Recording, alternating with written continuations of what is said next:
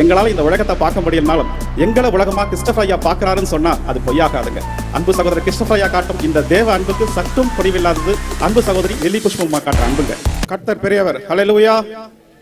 அடியேனையும் உங்கள் மத்தியில் சாட்சியாக நிறுத்துவதற்காக முதலில் நான் தேவனை சோத்தரிக்கிறேன். என்னுடைய பேர் மது மேத்யூ. நான் சென்னை ஆவடிக்கடுத்த ஹிந்து காலேஜ் பகுதியில் வசிக்கிறேன். என்னுடைய இயற்பெயர் மத்தீன் முகமது. நான் இஸ்லாம் குடும்பத்தில் பிறந்ததுனால 12th படிக்கிற வரைக்கும் என்னுடைய எண்ணம் என்னவா இருந்ததுன்னா அல்லாதான் கடவுள் அப்படின்ற எண்ணத்துல தான் நான் இருந்தேன். 12th முடிச்சுட்டு டிகிரி போகும்போது தான் எனக்குள்ள கடவுள் பற்றிய தேடல் எனக்குள்ள அதிகமாச்சு. அதுக்காக நான் அநேக புத்தகங்கள் படிக்க ஆரம்பிச்சேன். அப்பயும் நான் இஸ்லாம் முறைப்படி வாழ்ந்து வந்தாலும் அல்லாதான் கடவுள்ன்ற என்னுடைய எண்ணத்துல ஒரு சின்ன மாற்றம் ஏற்பட்டுச்சு. அன்புதான் கடவுள்ன்ற என்ற எண்ணத்துக்கு நான் வந்தேன். டிகிரி முடிச்ச மாத்திரத்துல ஒரு ஐடி கம்பெனியில எனக்கு வேலை கிடைச்சது. அங்கதான் என்னுடைய அன்பு மனைவியை பார்த்தேன். என் அன்பு மனைவி இந்து மதத்தை சேர்ந்தவங்கன்றதுனால எங்களுடைய திருமணத்துக்கு 2 குடும்பத்திலும் அனுமதி கிடைக்கல. எனவே நாங்க திருமணம் செஞ்சு கொண்டு எங்களுடைய வாழ்க்கையை 2002ஆம் ஆண்டு மடிப்பாக்கம் பகுதியில் ஆரம்பிச்சோம். 2004ஆம் ஆண்டு என்னுடைய அருமை மகன் பிறந்தான். அப்பவும் நான் இஸ்லாம் முறைப்படி தான் வாழ்ந்து வந்தேன். இருந்தாலும் அன்புதான் கடவுள்ன்ற என்னுடைய எண்ணத்துல ஒரு சின்ன தேடல் இருந்துகிட்டே இருந்தது. எது மெய்யான அன்பு அப்படின்ற விஷயத்த நான் தேடிக்கிட்டே இருந்தேன். சொல்ல போனா 2010 வரைக்கும் என் வாழ்க்கை ரொம்ப நல்லபடியா போயிட்டு இருந்தது. 2010 மிடில் தான் எனக்கு விஷன்ல ஒரு சின்ன ப்ராப்ளம் ஏற்பட்டுச்சு. நைட்ல சர்வை பண்றதுல ஒரு சின்ன டிஸ்டர்பன்ஸ் இருந்துகிட்டே இருந்தது. உடனே நான் டாக்டரை பார்த்தேன். டாக்டர் என்னை செக் பண்ணிட்டு சொன்னாங்க, சார் நீங்க ஆர்பி ப்ராப்ளத்தால அஃபெக்ட் ஆயிருக்கீங்க சொன்னாங்க. உடனே நான் கேட்டேன், சார் ஆர்பி ப்ராப்ளம்னா என்ன அப்படின்னு கேட்டேன். ரெட்டினா பால் பிக்மெண்டோசா, அதாவது உங்களுடைய ரெட்டினா வந்து டேமேஜ் ஆகிட்டே வருதுன்னு சொன்னாங்க. உடனே நான் கேட்டேன், டாக்டர் இதுக்கு சொல்யூஷன் இருக்கா அப்படின்ட்டு. சாரி சார், இதுக்கு சொல்யூஷன் இல்லை, தேவையில்லாம உங்களுடைய காலத்தையும் கரன்சியும் வீணாக்காதீங்கன்னு சொன்னாங்க. எனக்கு என்னன்னா, நம்ம படிச்சிருக்கோம்ல, டெக்னாலஜி எவ்வளோ வளர்ந்துருக்கு. நான் நினைச்சேன் டாக்டருக்கு அப்டேட் இல்லையாக்கும் அப்படின்னு நினைச்சிட்டு நான் ஒர்க் பண்ண ஃபீல்டில் வெளில வந்தேன். என் மனைவியும் வெளியில வர சொன்னேன். கிட்டத்தட்ட 2 years சென்னையில் இருக்க எல்லா leading hospital, even Siddha, ayurvedic, Unani, எங்களுக்கு யாராவது ஏதாவது பண்ணியிருப்பாங்களோன்ற எண்ணம் கூட எங்களுக்கு வந்தது. அதனால இந்த மந்திரம் தந்திரம் விஷயங்களுக்காக கேரளா வரைக்கும் கூட போனோம். கடைசியில் அந்த டாக்டர் முதல்ல சொன்ன மாதிரி தான் ஆச்சு. 2 வருஷ காலங்களும் போச்சு, கையில இருந்த கரன்சியும் போச்சு, சொல்ல போனா இருந்த கண்ணும் டோட்டலா 0 ஆயிடுச்சு. அப்போ நான் வாழ்ந்து வந்த அந்த மடிப்பாக்கம் பகுதியில் என்னோட பழகின மக்கள் எல்லாம் நல்லா வாழ்ந்த மனுஷன் இப்படி கண்ணிழந்து கஷ்டப்பாரானே சொல்லி என்னை பார்த்து ரொம்ப ஃபீல் பண்ணாங்க. என்னை பொறுத்த வரைக்கும் யாரும் என்னை பார்த்து ஃபீல் பண்ணக்கூடாதுன்னு நினைப்பேன். அதனால அங்கேருந்து ஷிஃப்ட் ஆகி இப்போ இருக்கதான ஹிந்து காலேஜ் பகுதிக்கு வந்தேன். இந்த இந்து காலேஜ் பகுதியில் வந்த மாத்திரத்தில் ஒரு நண்பரோட அறிமுகம் கிடைச்சது. அவர் என்ன சொன்னார்னா, பூந்தமல்லியில் பிளைண்ட் ஸ்கூல் பக்கத்தில் NAVHன்னு ஒரு இன்ஸ்டியூஷன் இருக்கு. நீங்க அங்க போனீங்கன்னா இந்த மாதிரி சடனா விஷன் லாஸ் ஆகிறவங்களுக்கு மொபிலிட்டி ட்ரைனிங் கோர்ஸ் சொல்லி கொடுக்குறாங்க. அது உங்களுக்கு ரொம்ப பயனா இருக்கும், கத்துக்கோங்கன்னு சொன்னாங்க.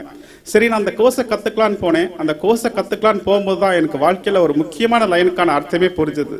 அந்த லைன் என்னன்னா, உனக்கு கீழே வாழ்பவர் கோடி. நமக்கு கீழே எவ்வளவு பேர் கஷ்டப்படுறாங்கன்றத நான் அங்க போய் தான் தெரிஞ்சுக்கிட்டேன். அந்த கோர்ஸை நல்லபடியா முடிச்சுட்டு கையில இருந்த காசை கொண்டு நான் இருந்த அந்த இந்து காலேஜ் பகுதியில் 2012ஆம் ஆண்டு நானும் என் மனைவியும் சேர்ந்து ஒரு ப்ரொவிஷன் ஷாப் ஆரம்பிச்சோம். அந்த ஷாப் நல்லபடியா போயிட்டு இருந்தது. மெயின் டைம் அதே ஏரியாவில் 2014ஆம் ஆண்டு ஒரு கவரிங் ஷாப் ஆரம்பிச்சோம். 1க்கு 2 கடை பிசினஸ் நல்லா போயிட்டு இருந்தது. இருந்தாலும் மனசுக்குள்ள நமக்கு கீழே எவ்வளவு பேர் கஷ்டப்படுறாங்களே, அவங்களுக்கு ஏதாவது உதவி பண்ணணும்னு நினைச்சேன். நான் பெருசா உதவி பண்ணேன்னு சொல்ல முடியாது. எனக்கு வந்து இன்கம் சோர்ஸ்ல இருந்து என்னை போன்ற பார்வையற்ற மாற்றுத்திறனாளிகளுக்கு என்னால் இயன்ற உதவிகளை நான் செய்ய ஆரம்பிச்சேன். இதெல்லாம் பார்த்துட்டு இருந்த கடைக்கு வந்த ஒரு கஸ்டமர் சொன்னாரு, சார் உங்களுடைய இந்த இயலாமையிலையும் பொருளாதாரத்திலையும் அநேகருக்கு உதவி பண்றீங்களே, ஒரு பெரிய ஃபாரின் ப்ராஜெக்ட் இருக்கு, இதுல இன்வெஸ்ட் பண்றீங்களா அப்படின்னு கேட்டாரு. எனக்கு என் மனைவிக்கு என்னன்னா, நல்ல ரிட்டர்ன் வந்தா இன்னும் அநேகருக்கு உதவி பண்ணலாம், இல்ல நம்ம ஏன் அந்த ப்ராஜெக்ட்ல இன்வெஸ்ட் பண்ணக்கூடாதுன்னு. ஆனா அப்போதைக்கு எங்க கையில காசு இல்ல, இருந்ததெல்லாம் நாங்க பிசினஸ்ல இன்வெஸ்ட் பண்ணிட்டோம். இந்த ஷாப் வச்சிருக்கவங்களுக்கு லோன் வாங்க ஒரு ஈஸி வே இருக்கு, டெய்லி ஃபினான்ஸ். உங்களை அநேகருக்கு தெரிஞ்சிருக்கும், தண்டன் சொல்லுவாங்க. நாங்க 2 கடை வச்சிருந்தோம், 2ம் நல்லா பிசினஸ் போயிட்டு இருந்தனால கிட்டத்தட்ட 5 lakhs கிட்ட எங்களுக்கு லோன் கிடைச்சது. அந்த லோன் அமௌண்ட் வாங்கி அந்த ப்ராஜெக்ட்ல இன்வெஸ்ட் பண்ணோம். அந்த ப்ராஜெக்ட் ஆல்மோஸ்ட் ஓகே ஆகி வர நேரத்தில் 2016ஆம் ஆண்டு நவம்பர் 8ஆம் தேதி இந்தியன் கவர்மெண்ட் அனௌன்ஸ் பண்ணாங்க டிமானிசேஷன். அப்போ செயல் இழந்தது பணம் மட்டும் இல்லைங்க, நானும் தான். என்ன காரணம், அந்த ப்ராஜெக்ட் அப்படியே ஹோல்ட் ஆயிடுச்சு. அந்த ப்ராஜெக்ட் அப்படியே ஹோல்ட் ஆயிடுச்சு. இந்த கடங்காரங்கிட்ட சொன்னா யாரும் ஒத்துக்கவும் இல்லை, ஏத்துக்கவும் இல்லை. அப்ப அவங்க பேசின வார்த்தைகள்லாம் எப்படி இருந்ததுன்னா, ஈட்டியை கொண்டு காதை குத்துறா மாதிரியும் கடப்பாறையை கொண்டு மனசை உடைக்கிற மாதிரியும் இருந்தது.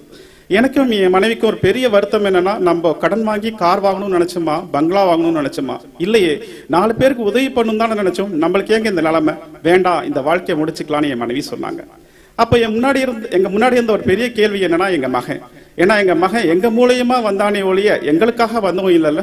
நம்ம மற்றவங்களுக்காக வாழணும்னு நினைச்சோம், ஆனா மகனுக்காக வாழ மறந்துட்டோமோன்ற எண்ணம் எங்களுக்கு அப்பதான் வந்தது. மனசை கடினமாக்கிட்டோம், இனி மகனுக்காக வாழலான்னு முடிவு பண்ணோம்.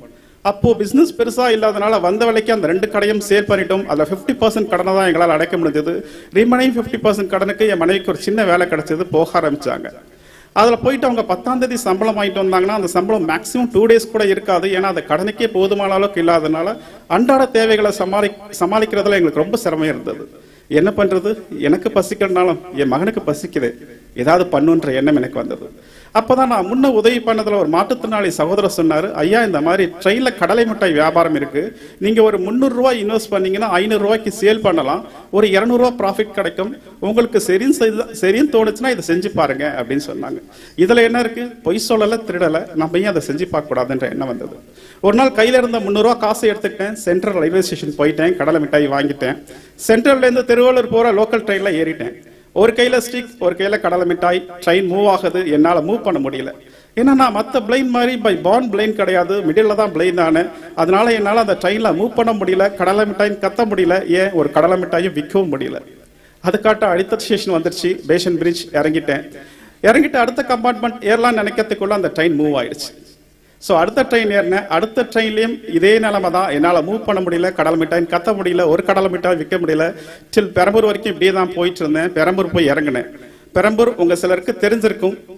அப்போ பெரம்பூர் போய் இறங்கின பிறகுதான் எனக்கு ஒரு விஷயம் தெரிஞ்சது, என்னால ட்ரெயின்ல ஏறி கடலை மிட்டாய் விற்க முடியாதுன்னு சொல்லிட்டு. அப்போ எனக்கு ஒரு யோசனை வந்தது, உங்களை சிலருக்கு தெரிஞ்சிருக்கும், பெரம்பூர் ரயில்வே ஸ்டேஷன் எப்போதும் ஒரு விதமான கூட்டம் இருந்துகிட்டே இருக்கும். நம்ம ஏன் இந்த ஸ்டேஷன்ல ஒரு ஓரமா நின்று கடலை மிட்டாய் விற்க கூடாது அப்படின்ற ஒரு முடிவுக்கு வந்தேன். அந்த ஸ்டேஷன்ல ஒரு ஓரமா ஒரு கையில ஸ்டிக், ஒரு கையில கடலை மிட்டாய் நான் கத்தல, அமைதியா நின்றுட்டு இருந்தேன்.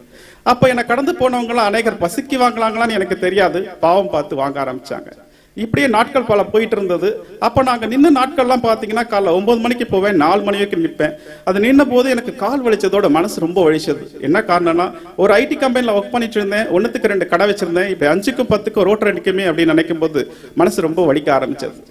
அப்பதான் ஒரு நாள் காலை பொழுது ஓரளவுக்கு பார்வை தெரிஞ்ச ஒரு மாற்றுத்திறனாளி, அதாவது பார்ஷியலி பிளைண்ட், அவரை பார்ஷியலி பிளைண்ட் சொல்லக்கூடாதுங்க, தேவன் அமைச்ச தூதன் தான் சொல்லணும்.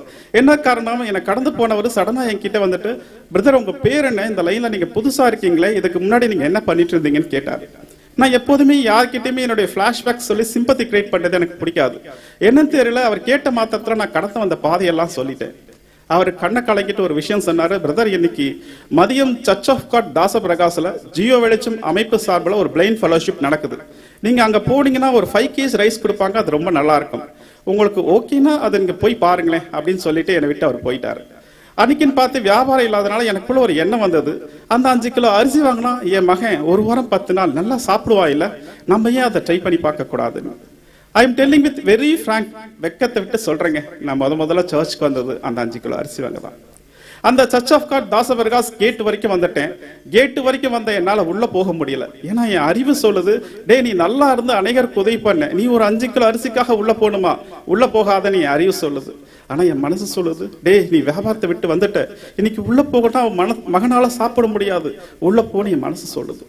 அறிவு சொல்றதை கேட்கறதா, மனசு சொல்றதை கேட்கறதா, அப்படியே நான் குழப்பத்தை நின்றுட்டு இருந்தேன். அப்பதான் ஜியோ வெளிச்சத்துல ஊழியம் செய்கிறதான அன்பு சகோதரி மேரி அவர்கள் என்கிட்ட வந்து கேட்டாங்க, பிரதர் நீங்க பிரேயருக்கு வந்திருக்கீங்களான்னு. ஆமா சிஸ்டர், இங்க அரிசி கொடுப்பாங்கன்னு சொன்னாங்க, அதான் நான் வந்தேன்னு சொன்னேன். உடனே அந்த சிஸ்டர் கேட்டாங்க, நீங்க புதுசா வந்திருக்கீங்களா பிரதர்ன்னு கேட்டாங்க. ஆமா சிஸ்டர் அப்படின்னு நான் சொன்னேன். உங்க பேர் அண்ட் ஃபோன் நம்பர் கொடுங்கன்னாங்க. பேர் அண்ட் ஃபோன் நம்பர் கொடுத்துட்டு கேட்டேன், சிஸ்டர் எனக்கு அரிசி கிடைக்குமா அப்படின்ட்டு. உடனே அந்த சிஸ்டர் சொன்னாங்க, இங்க ரெகுலரா வரவங்களுக்கு தான் ஃபர்ஸ்ட் ப்ரிஃபரன்ஸ் அரிசி கொடுப்போம், எக்ஸ்ட்ரா இருந்தாதான் புதுசா இருக்கவங்களுக்கு அரிசி கொடுப்போம் அப்படின்னு அந்த சிஸ்டர் சொன்னாங்க. உடனே நான் கேட்டேன், சிஸ்டர் அப்ப எனக்கு அரிசி கிடைக்காதா அப்படின்ட்டு. உடனே அந்த சிஸ்டர் தீர்க்க தரிசனமா ஒரு வார்த்தை சொன்னாங்க, கவலைப்படாதீங்க பிரதர், கர்த்தர் நடத்துவாருங்க.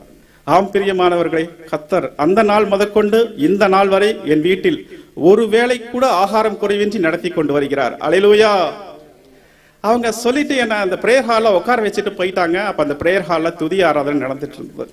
நான் பக்கத்து இருந்தவர்கிட்ட கேட்டுட்டே இருந்தேன், பிரதர் இந்த பிரேயர் எப்போ முடியும், அரிசி எப்போ கொடுப்பாங்க, இந்த பிரேயர் எப்போ முடியும், அரிசி எப்போ கொடுப்பாங்க அப்படின்னு நான் கேட்டுக்கிட்டே இருந்தேன். உடனே அந்த பிரதர் இது சர்ச், இங்கே நம்ம பேசக்கூடாது, பேசுனீங்கன்னா உங்களை மட்டும் இல்லை என்னையும் சேர்த்து வெளியில் அனுப்பிச்சிடுவாங்க, அமைதியாக இருங்க அப்படின்னு சொன்னாங்க. அப்போதான் எனக்கு சிந்தையில் ஒரு பெரிய கேள்வி எழுந்துச்சு. அந்த கேள்வி என்னன்னா, நான் கல்யாணம் ஆன போது சொந்தங்களை இழந்தேன், கண்ணை இழந்த போது பந்தங்களை இழந்தேன், கடன்காரன் ஆன போது நட்பை இழந்தேன், இப்படி யாருமே இல்லாம ஒரு 5 கிலோ அரிசிக்காக இங்க அனாதையா நிக்கிறோமே, நம்மளுக்கே இந்த நிலைமை அப்படின்னு வாய்விட்டு கத்தனும் போல இருந்துச்சு. ஆனா முடியல, ஏன்னா அது சர்ச். அப்பதான் ஆண்டவர் ஒரு பாடல் மூலயமா என்னோடு இடைப்பட்டார். அந்த பாடல் என்னவென்றால், சொந்தமென்று சொல்லிக்கொள்ள யார் யாரோ இங்கு உண்டு, ஏனென்று கேட்டிட யாரும் இங்கே வரவில்லை.